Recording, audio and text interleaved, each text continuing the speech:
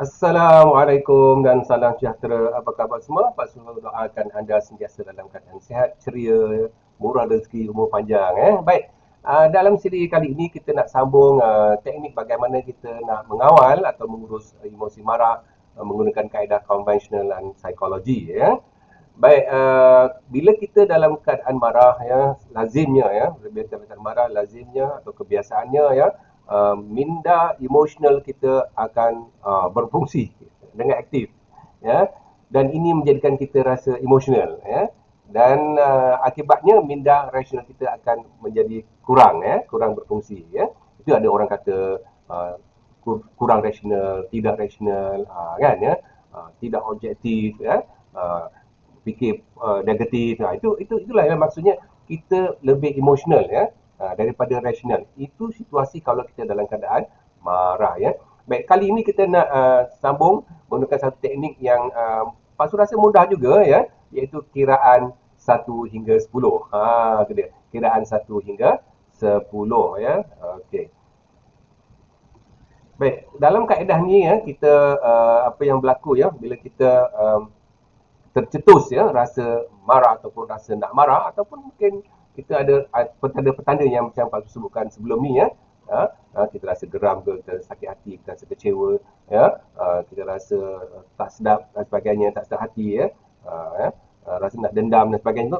Itu ialah perasaan-perasaan yang menggambarkan emosi marah, Jadi apa yang kita boleh lakukan ialah bila tercetus keadaan-keadaan seperti itu, kita kira dalam hati, kita berhenti senyap, kita kira 1, 2, 3, 4, 5, 6, 7, 8, 9, 10, kita kira perlahan-lahan, dalam hati, kita duduk sekejap, kita rasa nak marah, kita diam sekejap, kita kira 1, 2, 3, 4, 5, 6, 7, 8, 9, 10. Tu, Baik. Masa kita buat kiraan tadi, kita beri tumpuan kepada pengiraan. Kita tak fikir benda lain. Fokus kita adalah kepada pengiraan, Kalau kita nak bayangkan nombor 1, 2, 3, 4, 5, 9 pun boleh juga, Kita boleh visualize nombor 1, 2, 3, 4, 5, 6, 7, 8, 9, 10. Itu pun okey juga, Itu dia. Kemudian kita nilai balik tahap emosi kemarin kita yang kita alami. Misalnya kalau kita rasa tadi gram, gram tu mungkin pada skala 6 ataupun 7, Bila kita dapat kiraan 1 hingga 10 tu, dia turun tak? Rasa geram tu turun ke tidak? Ataupun rasa sakit hati tu turun ke tidak, Okey.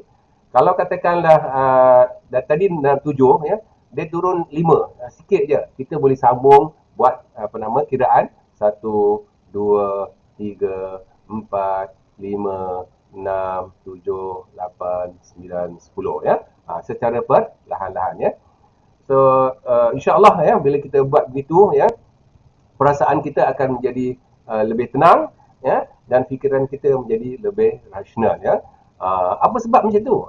Sebab kita telah cuba menghalang untuk berlakunya apa yang disebut sebagai amygdala hijack. Amygdala hijack ialah keadaan di mana minda emosional kita cuba menguasai, mengambil alih peranan minda rasional, itu dia, Jadi saudara dan saudari sekalian, kaedah kiraan 1 hingga 10 itu sebenarnya ialah satu kaedah di mana kita memberi ruang, memberi ruang kepada minda rasional kita yang tadi telah di-attack, telah diceroboh oleh minda emosional tadi, untuk kembali, untuk kita kembali balik kepada keadaan rasional, Mana kita nak halau, Oi, minda emosional, kau pergi balik teman kau, kita macam nak halau dia, Jadi atau kita tangguhkan dia supaya jangan serang minda rasional kita, Itu keadaannya yang sebenarnya berlaku, secara psikologi, Jadi bila kita dapat buat macam tu, minda emosional tadi akan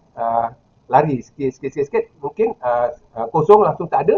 Apabila tak ada, makna minda rasional kita boleh berfikir secara rasional seperti biasa, dan kita akan menjadi rasa lebih tenang, Lepas tu kita boleh fikirlah. Sebab bila kita dah rasional, kita boleh fikir. Kalau kita kurang rasional, kita fikir pun secara emosional. Itu masalah dia, Baiklah, sehingga kita bertemu lagi dalam kesempatan akan datang. Salam motivasi.